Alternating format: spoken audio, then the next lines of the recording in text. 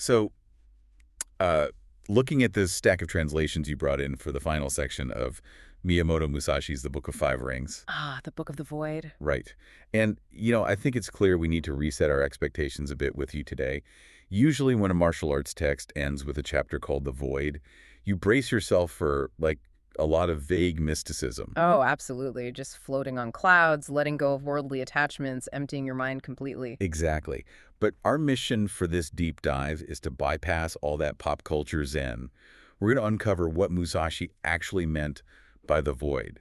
And the tone of his writing here, it really shifts. It's not louder than the earlier sections on ground or water.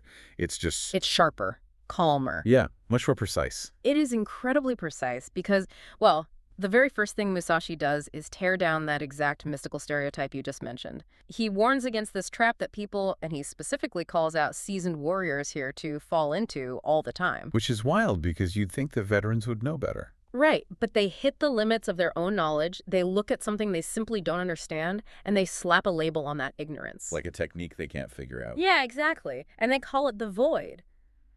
But Musashi is super blunt about this. He states, this is not the true void, it is bewilderment. Wait, I'm honestly a bit confused here.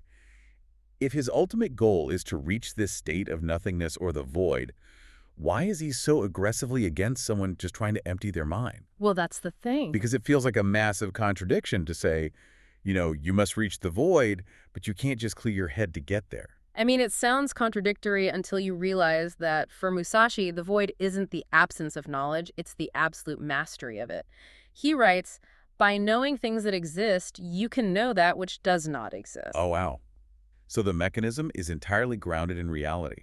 Completely. You cannot perceive the void without first deeply, intimately understanding the physical world. If you just empty your head without putting in the decades of grueling work, you aren't experiencing the void. You're just confused. So the mysticism is earned, basically. It comes from An obsessive physical routine, yeah. right.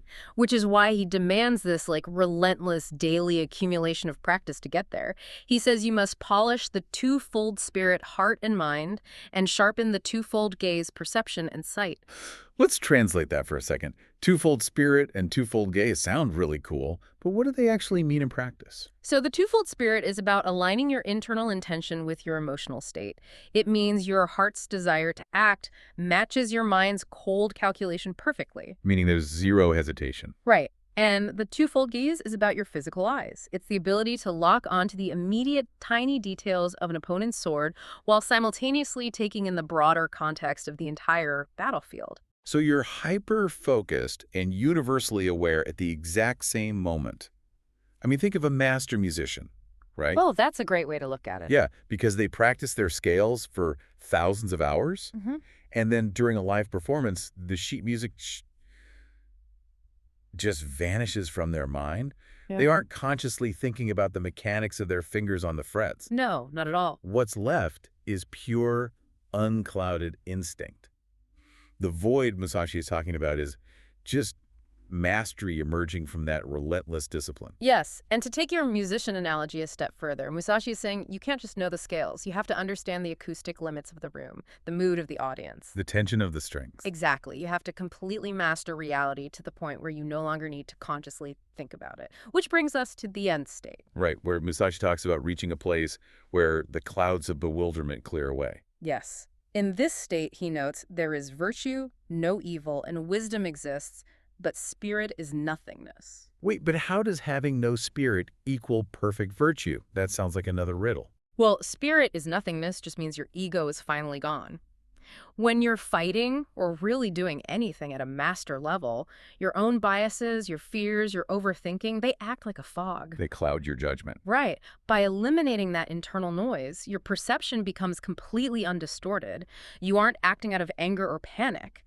And because you are perfectly objective, your actions become perfectly right. That flawless, unclouded execution is what he calls virtue. Exactly. It means Musashi's void isn't an escape from reality at all. It is the sharpest possible engagement with it. It's seeing things exactly as they are, stripped of all illusion. Which forces a mirror onto our own ambitions. We all want the effortlessness of the void, but experiencing it requires mastering everything that exists first. So to wrap up this deep dive, I want you to think about that. If experiencing the true void requires mastering everything that exists first, what foundational daily practice might you be trying to skip in your own pursuit of mastery?